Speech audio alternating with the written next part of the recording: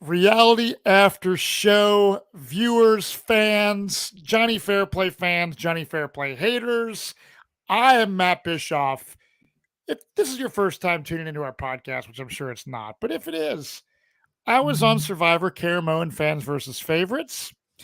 I joined Johnny Fairplay, I don't know, almost 5 years ago now, on this podcast. Um, Throughout this season and the last couple, Johnny's been doing a lot of live viewing parties where he goes to a different city. He has special guests. It's really, really fun. That is where he is tonight. I am here once again with Alex Trias, and we have been bringing this stuff to you each and every week right after Survivor, which we're doing. We're going to break down tonight's episode. And Johnny, if you are dying to see Johnny give his take, he will be doing a podcast. Usually he does it on Fridays with stand-up comedian Wayne Mehmet, our friend here from Cincinnati, and they do another podcast. So you get multiple takes. So without further ado, I do want to say that a couple times during tonight's show, which I really enjoyed tonight's episode, by the way, I was so pissed off because Paramount Plus kept like freezing up. It was like someone paused my TV, and I was like, "What the hell's going on?" And then when it came back on, I missed a couple key things. So there's a couple minor details that I'm bummed about, especially when there's a family. I mean, not a family visit, but letters from home and the family stuff is always. I'm always a big fan of that. I know Alex, like. You are, is that something that touches you? Yeah, I'm not robotic. Yeah. I got a heart underneath this analysis. Yeah. Now, but do you think that if you were out there and a family member showed up, what would your reaction be? Or with like a letter, for example? I think seeing the person would hit me more than a letter. Like I think a letter, like I am like, believe it or not, folks, I am very empathetic. Yeah. So when I will read something, I don't think I would tear up. I would definitely probably get more emotional over it. Yeah. I don't think to the point where I'm bawling like we see a lot of these contestants do. Yeah. But like I get it. Like I used to not get it. When I was younger, I was just like, because you're a kid watching the show, you're just like, why are you crying? You've only been away, like, because in your head, you're like, you've only been away for 18 days. That's nothing. I would love to be away from my family for that long. And then when you get older and you appreciate like the importance of family, the importance of having loved ones around you, I think it hits more. And I think as a player, it's very needed to like rebalance you. Because I feel like there's so many players that get lost in the game. They get so lost in the game. They're going against what they said they wanted to do going into the game. And maybe it wasn't working. And then they get that letter from home and it like re-sparks their drive to be like, wait, this is how I'm supposed to play. Like this is why who I'm playing for. Yeah. Now I have purpose again. Right. And I agree with that. And like, I know on my season Survivor Caramoan, when there was going to be a family visit and it was going to be 2 loved ones instead of 1, which I would have loved. Who would have been your 2? So my wife, Tessa, and then my good friend, Nate Wessel, one of my dear friends. My mom she's can't get on an airplane, especially flying to the Philippines, and nor could like my brother. He's totally different. Like he can barely drive down the highway without having anxiety. So flying to the Philippines, it just wasn't like I would put it this way. I would sacrifice anything to be able, if I knew someone that was on Survivor and I was chosen as the guest, I would do, even if I hated flying or whatever, I would make it happen. But so with that being said, my friend Nate Wessel, it would have been a total surprise. I would have freaked out over Tessa.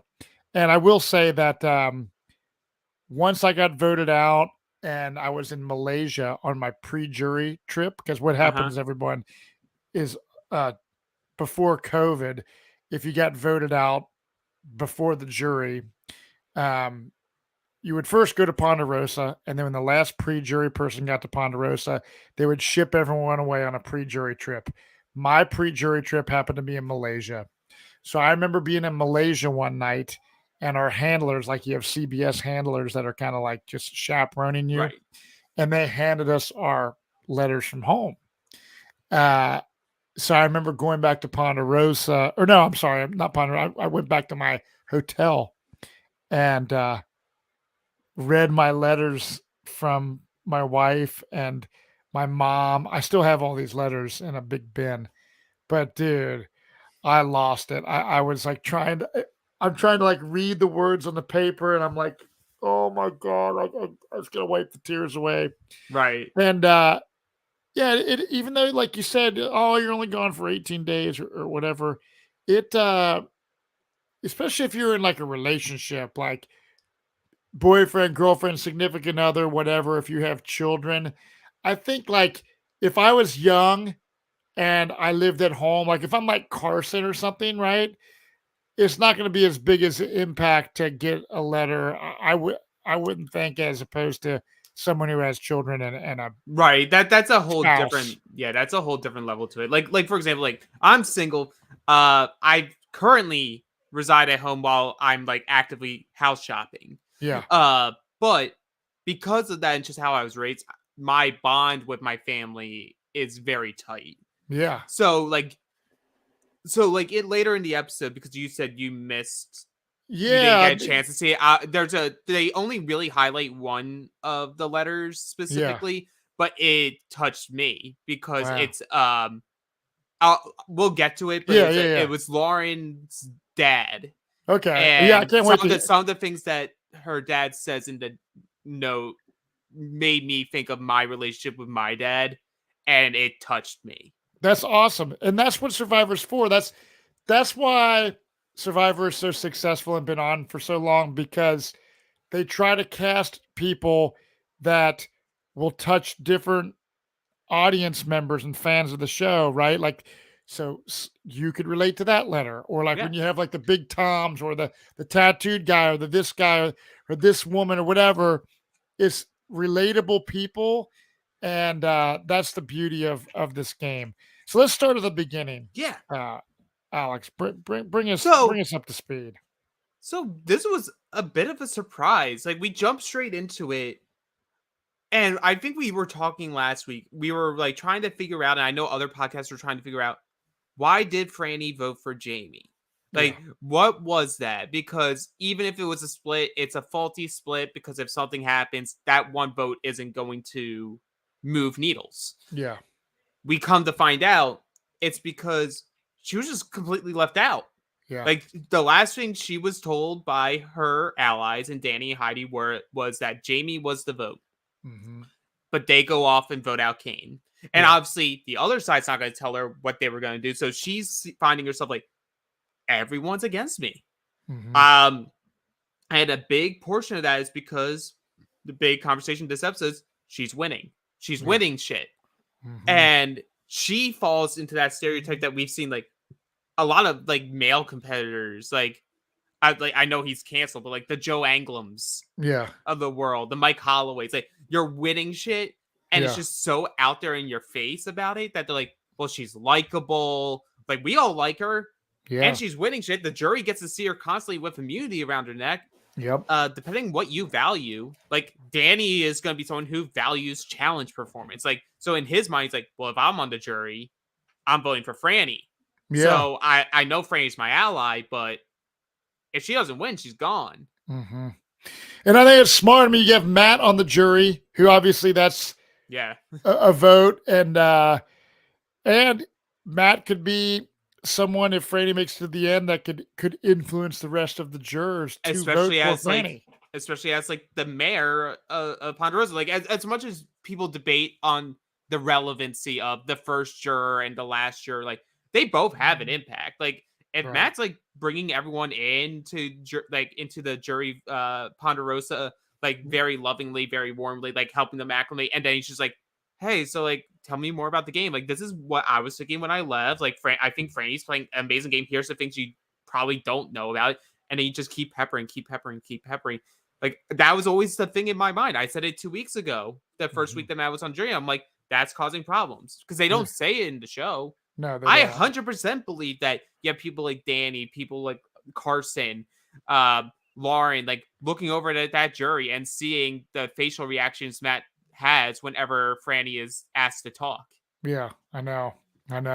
It's well. I mean, I really like Franny as a player. I like that Yeah, she's a big fan of Survivor. Obviously, we kind of like see her on her exit uh little speech, like at the very end of the episode. She's like, I get to have front row at my favorite show, like I feel that this experience for her, even though she didn't win or make it to the finals, right. I think if I'm Franny, I'm damn proud of my game.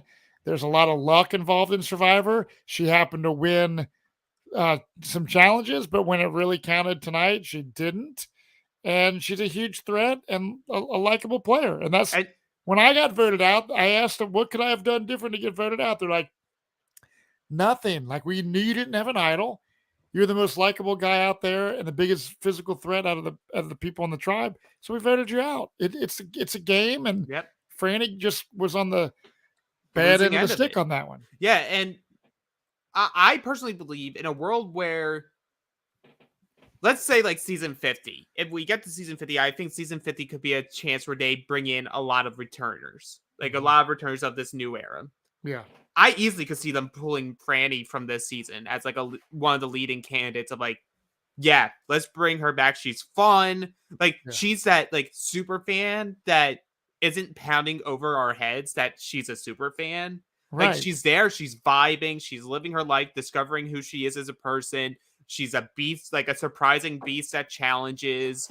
Like, I was having fun watching her throughout the season, so I'm sad to see her go. But like, she is in like a good group of people in this new era. 8th place. It's like it was her, Noelle last season.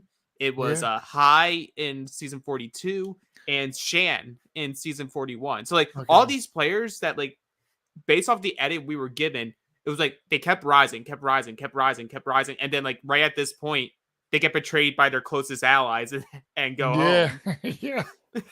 Yeah. That's wild. But yeah, I'm sad to see it, but I feel yes, what you said about not pounding it in our face that she's this huge super fan. Because sometimes that's a turn off when it's like, okay, come on. She didn't act like super like starstruck kind. She just acted Right. like She she's was a just she was her dorky self. yes. But it comes off like endearing. Yeah, I know. I agree with you. I agree. Yeah. But speaking of dorks, we can go to Tika Tribe.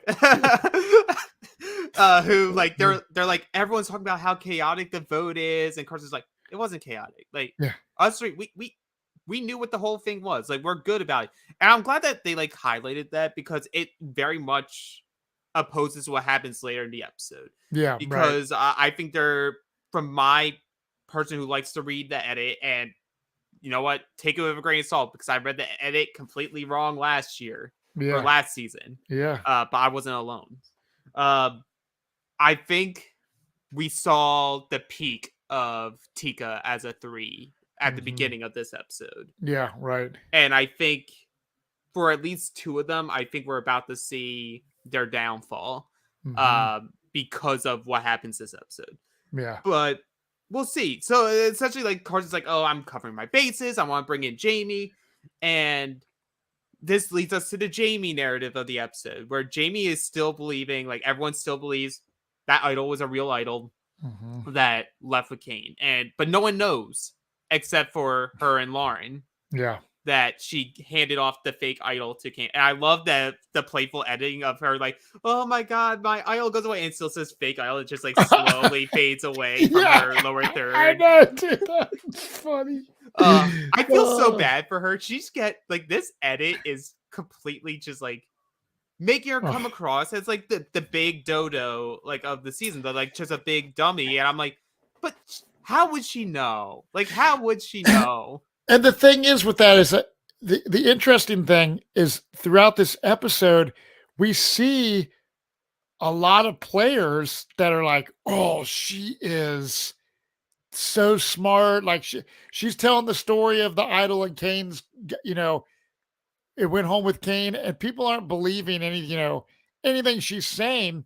So I find it crazy. Like if I'm watching this show and I'm Carson or people that are like, man, Jamie is really a big threat. Like, do you think they're feeling dumb watching it I play mean, out now? I don't know if you feel dumb about it, but I definitely think like if I'm one of those players and I'm seeing like how the show is deciding to edit Jamie, I'd Yeah. be like, you're you're telling me I spent all this time fearing over her when it was just this fake lanyard that Matthew made? Like, Yeah. come on. Like, why did I put so much time into fearing Jamie, but never writing Jamie's name down? Yeah. It's just like literally it's the most fascinating thing. But her conflict this episode is what's better for my game? Do I keep it hidden and make people still believe I have an idol? Or do I Mhm. come clean and try to gain like some trust there by coming clean, and maybe by showing I have no idol, my name is no longer going to be a target. Yeah. Which again, people are always so freaked out about idols and stuff like that. So it's like when she does say, "I don't have an idol," like I'm being totally honest, it went away with Kane. No one is still believing her. Yeah, I know. So It was like she got the opposite result without her realizing it. Because she like did. obviously no one's gonna say it to her face that like, oh, we don't believe you. No, but Um everyone's so confessional was yeah. saying she's she's a threat. Oh God, crazy. So yeah, Yeah, it's like you just unfortunately it's like I think her game is very much like everything is well intentioned. Like she for the most part means what she says, but it's just not coming across to the other players as that. Like it just yeah. comes across like, oh, she's definitely outplaying us. Like why would she do that? It makes no Hmm. sense in the world. Even though based off of like they got in to see a few seasons of the new era, it makes all sense in the world when she says like we feared someone had a knowledge is power. Like this is when Yeah, it would typically be played. We didn't want any of our stuff taken, so like right. we handed it off to each other. And you just have Danny like, okay, Yeah. Oh I yeah. was targeting Franny. Right. I might just target Jamie now for just trying to lie to me here, Yeah. and which is hilarious. Mhm. But that is what jumps us over to the reward challenge, Mhm. which is that it's that spinning challenge. I still remember it's the Marianne challenge where she tries to reverse spin to get rid of the dizziness. But you do that, and then you go through the obstacle courses to grab 2 balls, and then you are it's that throw the ball onto the tall pillar. Yes, which I like this challenge, Yeah, and it's funny because people when anyone's dizzy, it's like kind of funny watching them go through it. But I mean, even Danny's going across balance beams and he's like crawling because you can get it across that stuff any way you can. mm-hmm. Um, so yeah, I mean, proves again, once again, like Franny's a badass. I mean, we don't have a lot. Like, there's been a couple things tonight's episode of like Jeff Probst saying, "Look at these warriors coming in," and someone else said like, I forget what they said about like, it's awesome like competing against all these badasses. I really don't consider many of these people like No. like you don't have a Jonathan or a Malcolm, Right, like like, it's not like, "Oh, I'm going up against, Mike Holloway, Brad Culpepper, Joe Anglim, yeah, Kim Spradlin." It's like Parvati, like, all, like, the known, like, multi-time, like, yeah, immunity winners within a season, and Ozzy. It's like, yeah. you don't have, like, all those people, like, you have Carolyn, who I just, I have so much fun waiting for challenges, and I'm like, "At what point is Carolyn gonna start screaming?"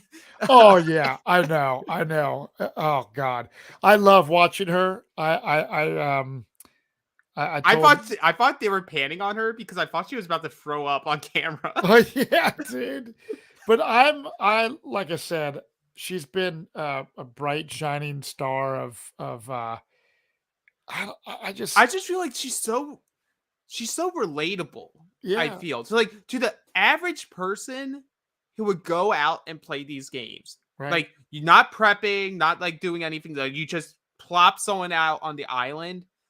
I feel like maybe not the kookiness, but Yeah. like her overall story, Yeah. I feel like so like transcends just one archetype. Like, I feel it crosses so many paths I do of too. people. Like the sobriety, being a counselor, being the oddball, like living your Mhm. own life. Like, we hear it from Franny. Like, she admires Carolyn because she's authentically herself and she doesn't care what people think about her being authentically herself. Yeah, she does not give two shits about what anyone thinks about her, and that's what I love because I feel the same exact way. If you don't like me, if you don't like whatever, then so be it. Just live your life and have fun. And she's genuine, and everyone sees it. If she makes it to the end of this game, I don't know how she doesn't win. oh Like, yeah, and that like, maybe she just isn't good at Final Tribal and people are like that. But I feel she's just gonna be so endearing that we've seen it. Like, I know. both of Tony's wins, it wasn't him like being this whole like, here's all these plans that I had and being so articulate about Yeah. all the things I did throughout the game. Like, that's what Carson would be doing. Like, Yes. Carson would be saying like all the intricacies of his game, like how his social game was, his strategy, and all. Karen would just be like, I was just trying to get to know all of you guys, and like everyone wasn't listening to me, but I had plans. Here's this idol that I still have. Like, Oh yeah. I Yeah. found it on like day 3. None of you guys thought I had it because you guys always underestimated me. But yet here I am. And, like, here's the things that I learned about you. Here's the things that I really felt we connected with. And now you're starting to get people on that jury that I think would very willingly vote for Carolyn, whether it's because they genuinely like her or, as I'm starting to feel based off the edit, I could see the bitter votes. Mhm. Like, how Carson and Jam Jam played Carolyn here, I feel could turn off people. Because, like, you're supposed to be allies. You're supposed to be tight. And you guys even say, Jam Jam's, like, has experienced this. Yeah. Right. When we leave Carolyn out of a vote, Yeah. she will turn on me. Yeah. Shit hits the fan, man. I think next week we see. Yeah, I'm very interested to see how it goes there. But ultimately, Franny wins because she's a badass. She It's her is. 3rd individual challenge win. Yes. And she gets to spend the night at the sanctuary with tacos and empanadas and margaritas, virgin margaritas. Which I thought was interesting that he had to make the clarification for under 21 because like they've had drinks at other things and haven't had to clarify. I wonder if that was because he didn't want like out sobriety almost. Yeah. I don't. Because like because in my head, Yeah. I was thinking Caroling for the. We Yeah. also have virgin margaritas. Yeah. Right. Right. Yeah. That's interesting. I forgot about that. Yeah. Yeah. So Franny gets ultimately she gets to pick half the tribe, which is what I figured because production wouldn't put you in a minority going on that reward. They Right. wanted to have an even split because then you get the tension storyline of, well, do we just vote out Franny because she didn't pick us type of thing. Yeah. She, I think, somewhat humanely, somewhat strategically picks the 3 moms in Lauren, Heidi, and Carolyn. Yeah. My opinion, I think, even though it doesn't work at the end, I think this was the absolute correct move. Pick people that you feel will appreciate this at a different level, like we discussed earlier. Yep. All of them have children. Like part of their letters from home are from their children. Yeah, that's like a huge their deal. husbands, their fathers. Like I think it hits deeper than like, Yeah. oh, let me bring Carson or let Jam Jam hear from his husband. Yeah. Like it's just different. It is. We can't know how that feels. Like we've never birthed somebody. Yeah, right, right. It's a big deal for most people when you leave your, you know, not significant other, wife, husband, whatever, but leaving your children. That was the toughest thing for me. Yeah. Was my kids. It's tough out there, and your kids are back at home, like missing you and stuff. And so yeah, I'm glad. Yeah, why is Dad not here? Yeah, like, I'm glad Franny made the decision of who she brought. So, like, specifically, we hear more this like we heard it last episode first, and now we hear it more this episode of Franny's like not inspiration, but like her admiration for Carolyn and how Carolyn just is her. Yeah. Because Franny sees that as like not necessarily like, oh, I want to be Carolyn, but it's just like I want to be able to do what Carolyn does by just not caring what Yeah. other people are gonna think and just be who I am naturally. Right. And I so this is me reading the edit, so bear with me. Like you putting in this for a reason. And I Yeah. doubt it's just for a 2-episode storyline where Carolyn gets betrayed and Franny gets voted out. Like obviously you're showing it to show that Carolyn also is feeling this now. Like Carolyn is like, I enjoy Franny. I could give a shit about challenges. Like, sure, she's winning them. I'm not winning any of them anyway, if she's here or not. And Yeah. I think in Carolyn's mind, without her saying it, I think she's reading it like, well, if Franny goes, who's been coming in second in a lot of these challenges? Danny. Yeah. Who she wants out. Right. So why would I take out someone who will guarantee that Danny doesn't win? Yeah. Or not guaranteed, but almost as surely guarantee that Danny doesn't win. Like in Right. my mind, that's where it's like, okay, taking out Franny is a good move. But Yeah. here's also how taking out Franny is a bad move. Yeah. Because now who's going to beat Danny in the challenges? Right. Really... Like, are you going to rely on Carson and his 1,000 3D printed puzzles that he has at his house? Because, like, that's why he wins today. I bet you he's going to show on Instagram, like, here's the starfish puzzle that I have. Oh, 100%. Yeah. Yeah. But, you know, go off.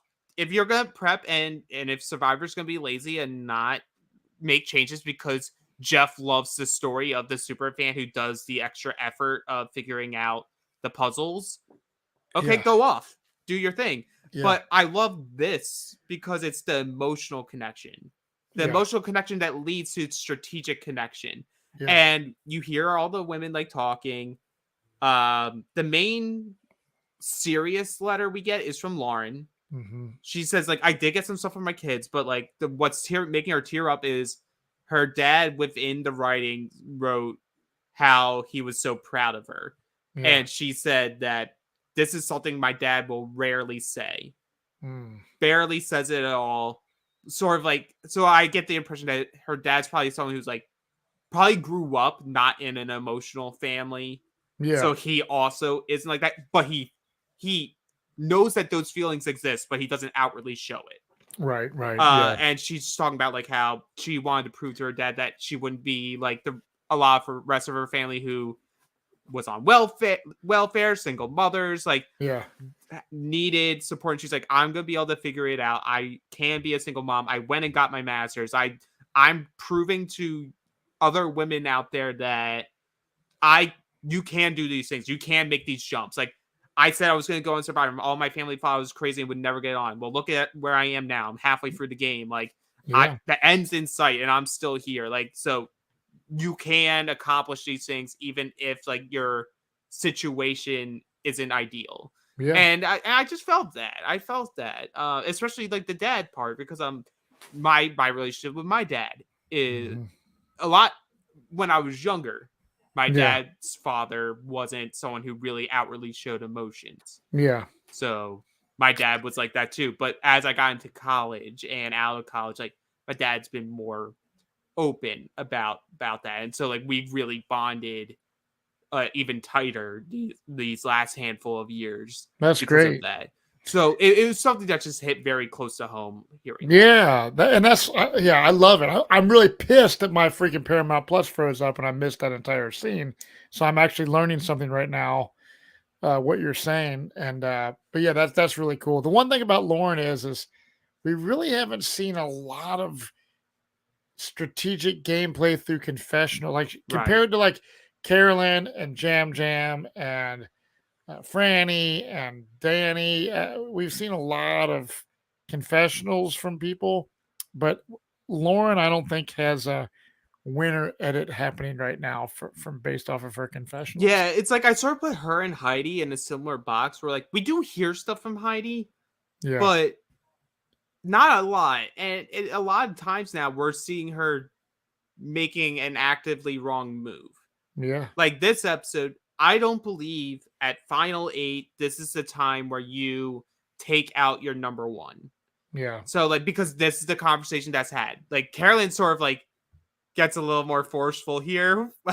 Maybe the virgin margaritas are hitting her a little bit.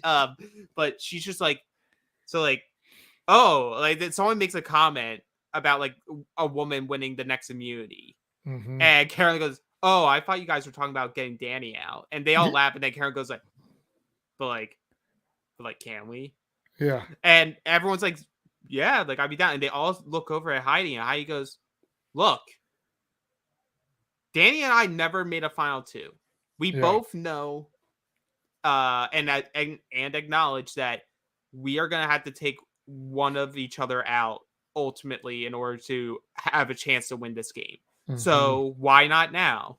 And I'm like, the reason why not now is, sure, you're bonding over the love letters. Yeah. Based off what we have seen, there is no indication here of why removing your solid number one and then being at Final 7 without Danny benefits you. Yeah.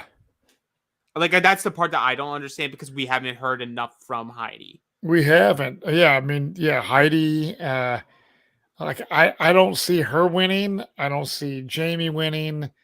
I don't see Lauren winning. Like, I think we can I know we say confidently, but ever since season 43 happened, how confident can we be anymore? God. But it's like, I feel pretty confident based off how they show it to us that we can put Jamie on like the bottom of win potential. Yeah, you're right. Probably no Lauren, offense, Jamie. Probably Lauren too, but that's more so just me saying how the story's going. Like, they had Kane do that iconic confessional right before the Brandon boot of like, if a Ratu person does not win this game, we screwed something up. And then like we had 2 go, Franny goes here. I think ultimately we don't see any Ratu at the end. Who do you want to win the game at this point? I want Carolyn to win. I do too. I think Carolyn has the best story. I can see a Danny win. Because like they keep pushing it off. And I feel like they're gonna get to a point where they push it off for too long. I could see Danny losing a situation where like he gets to the end and is a losing finalist. Yeah. Because like I could see him getting to the final 4 and it's like him, Heidi, Carson, and Carolyn. He wins the immunity and he decides, oh, I'm gonna take Carolyn. Because I don't trust Carolyn could beat someone in fire. Yeah. And also in his mind, he's gonna be like, but what has Carolyn done? Like, I'm obviously going to beat her. And I think that overconfidence is what's going to do him in. Yeah. But I can still see him there. Like, until I see anything otherwise in this edit, because, like, personally for me, I don't think he's a winner. Yeah. But all the bad things he does in the game hasn't come back to bite him yet. Well, Kyle Dorr says Danny and Carson give false winner edits. I think tonight was the big turning point for me for Carson. Like, Carson was giving a lot of winner vibe and then making this active choice to burn an ally that he very much holds dear to him. Right. In Carolyn by not letting her be involved in the vote.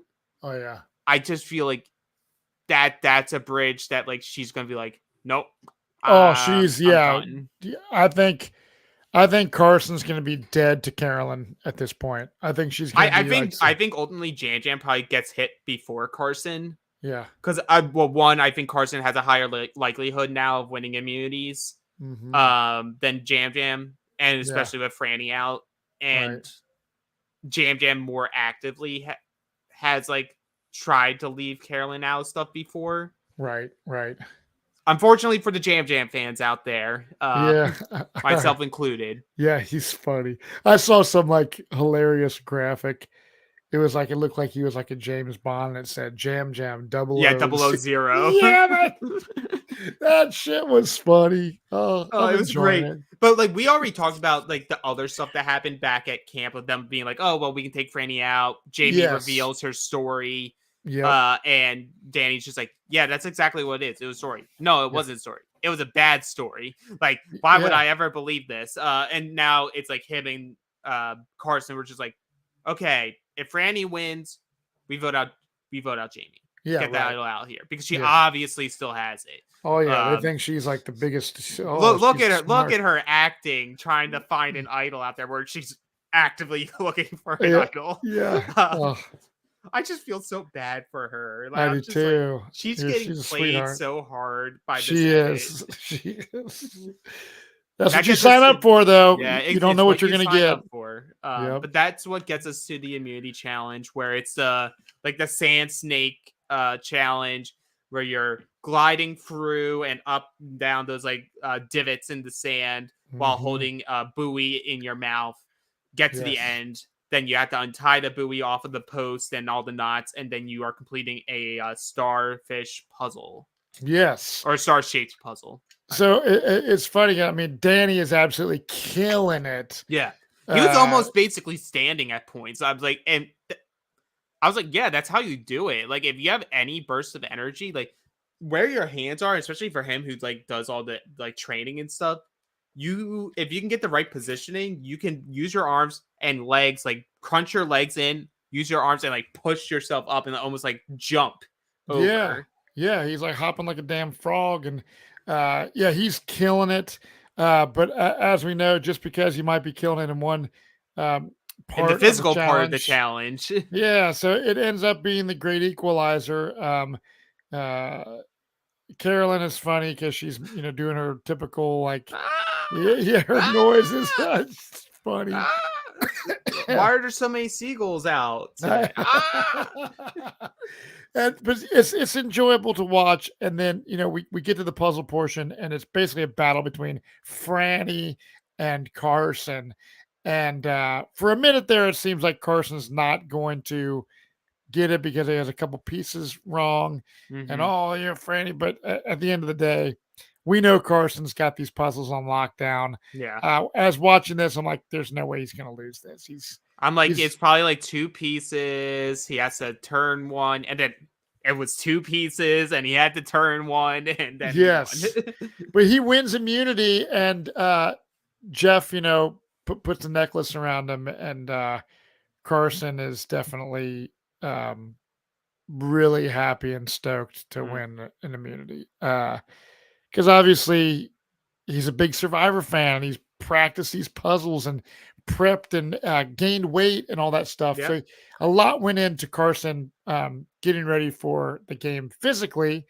So honestly, from a Franny obviously was a Survivor super fan. I think Carson obviously is as well. But I'm not looking at Carson as the super fan that's just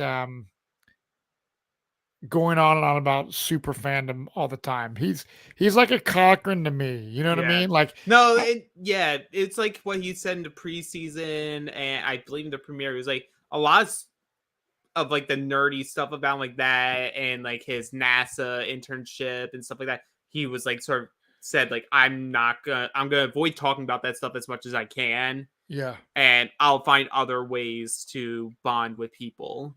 Right. I've liked him this game or this. Oh yeah, season. No, he's a good haven't you like typically like this is someone that Johnny Fairplay would loathe because he hates, but he has obviously villainous in him. Huh?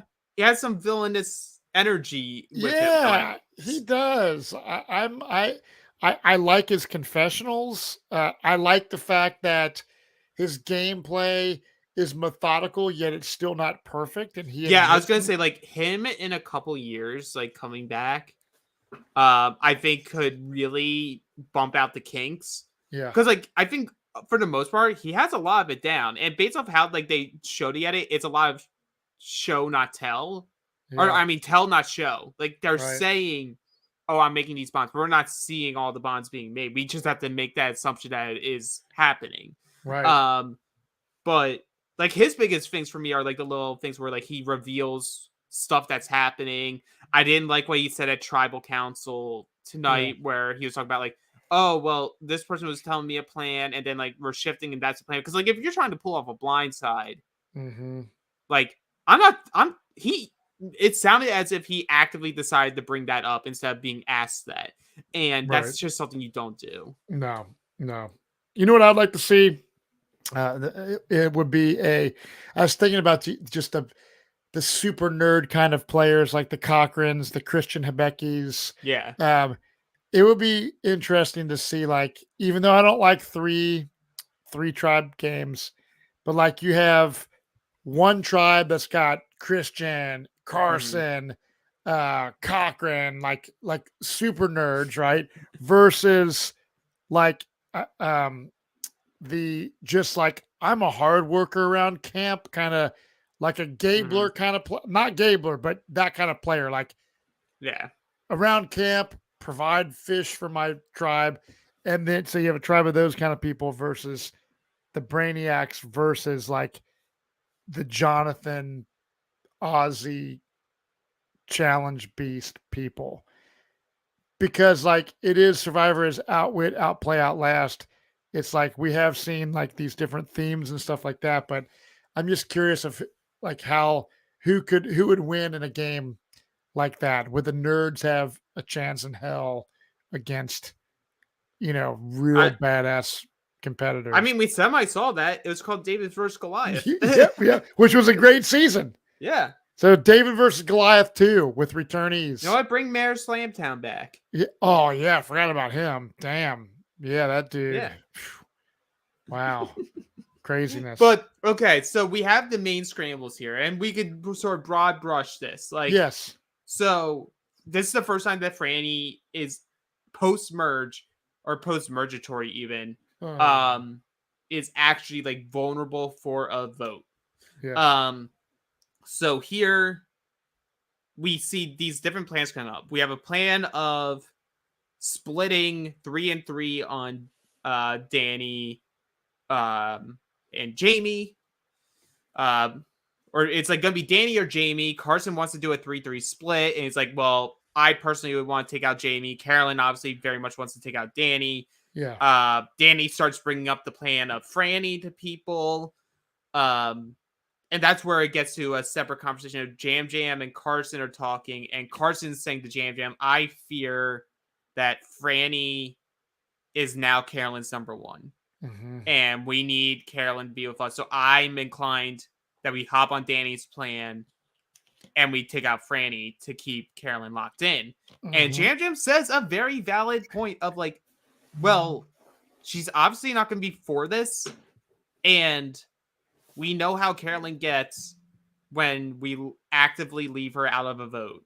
Like, and gets no type of warning about it. Right. Like, we could lose her. Yeah. And that's like where that conversation leaves. We then see a very weird conversation between Danny and Heidi. Very weird. And once again, this goes back to me saying like Danny keeps putting his foot in his mouth, doing things that are like not good gameplay. It's just him like going full force. I'm never going to blame someone for going full force into a game. That's how he wanted to play. And, kudos to him for playing how he wants. Yeah. But him saying to his number one ally, oh, I already have all the numbers. Like, we don't even need you as a number. Yeah. Because, like, he literally explains it as, oh, well, I didn't need you as a number so that you, like, in the event that you didn't feel comfortable voting Franny, you could vote elsewhere. We can still get this done, though. Yeah. Right. Which gets Carolyn's wheels spinning.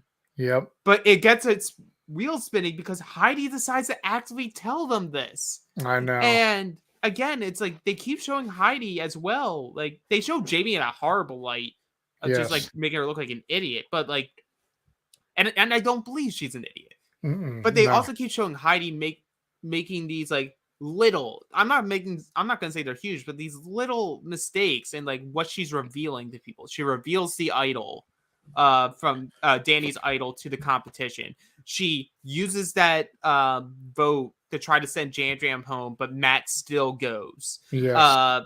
Now she has an idol now, which is fine. Hasn't told anyone. That's good. Then she reveals this conversation, and it's this big narrative throughout this episode where people just do not believe what's being told. And they're like, well, if Heidi doesn't need to know, maybe she is voting Franny. So Carolyn just goes, what if the other four girls and Carson and Jam Jam come together and we just blindside Heidi? And we take out Heidi because she will not know. She will not know it's coming. Everyone will think we're going for Danny or Jamie, but we hit Heidi. Yeah. And Carson says, I'm afraid of this vote. Like, I'm afraid of last minute planning. Yes. And the thing I really didn't stand was they leave this with Carson being the narrator of the decision making.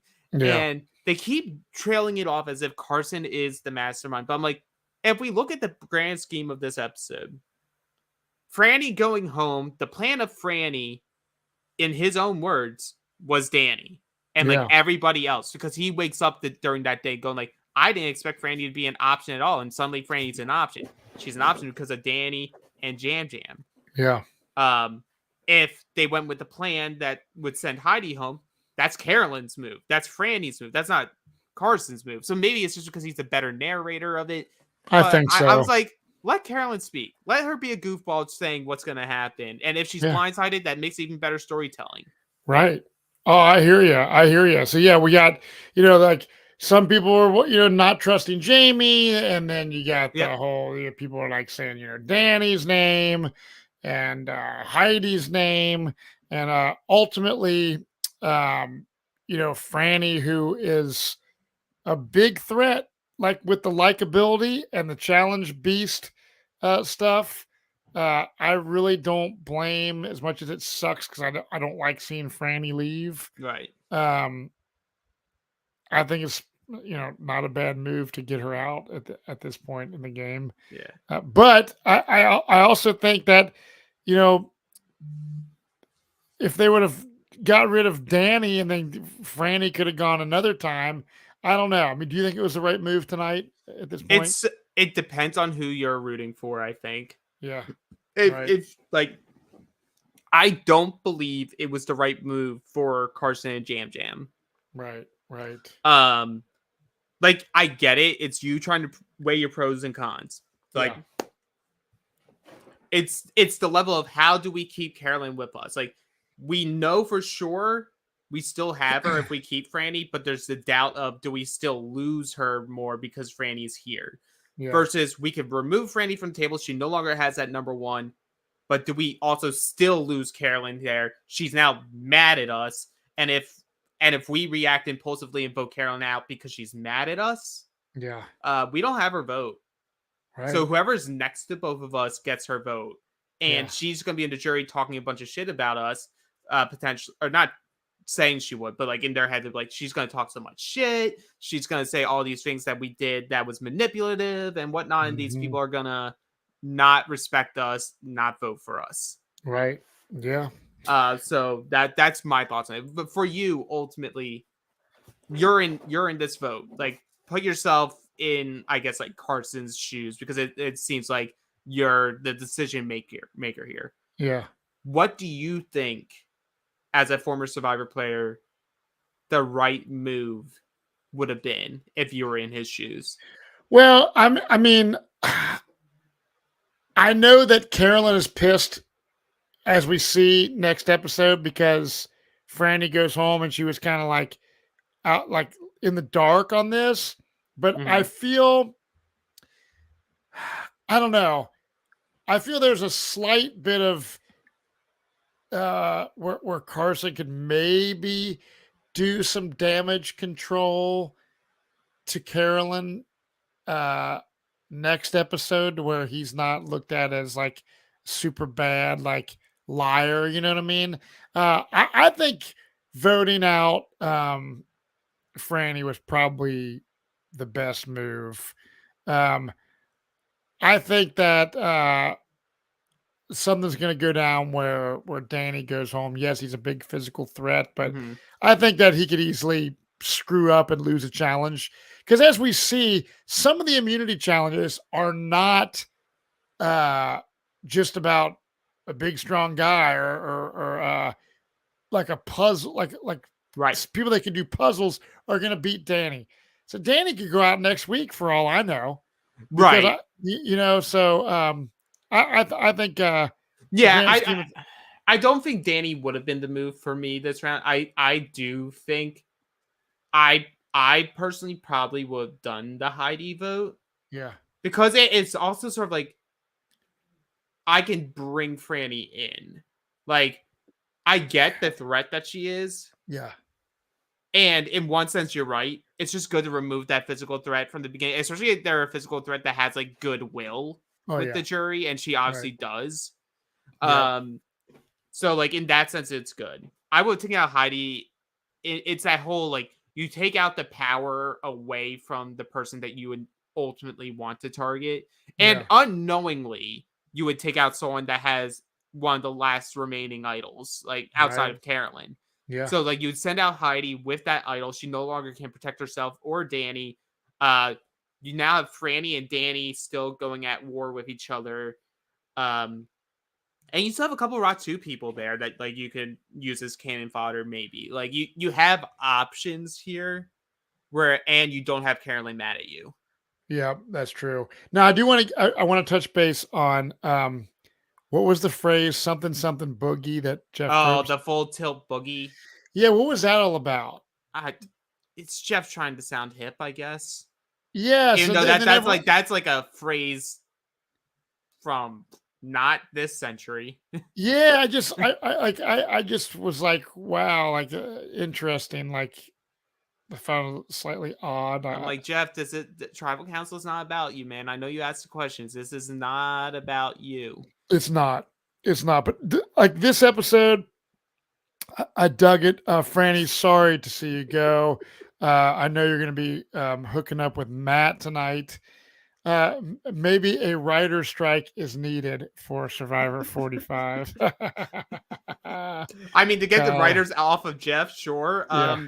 Honestly, writer strike's bad, but it's like weirdly great for reality television since it's unscripted.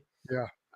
So you know what? No better time to now to they're gonna most likely have these 90-minute episodes. So and hey, if you don't have scripted TV, put more money in Survivor, force their hand to be like, hey, let's do 39 days again because Jamie, I'm sorry, you're not right. The 26-day format is not a good format for the game. I know I'm Mr. Positive on this podcast. I can admit that the 26-day format just stifles gameplay and creates more bad gameplay than good gameplay. Yeah. And sure, maybe this season in particular, we at least have like the chaos of the players and the characters of them. Right. But I wouldn't mind seeing this cast, who I believe have the potential to be good players, but they don't have the time to turn themselves into like good players, like what we see in a 39-day format. It's just a different thing. I wish we had 39 days. One thing I want to say is Jamie said the era of alliances is and over. She's wrong. She's wrong. Yeah, that was I was like, I don't think so.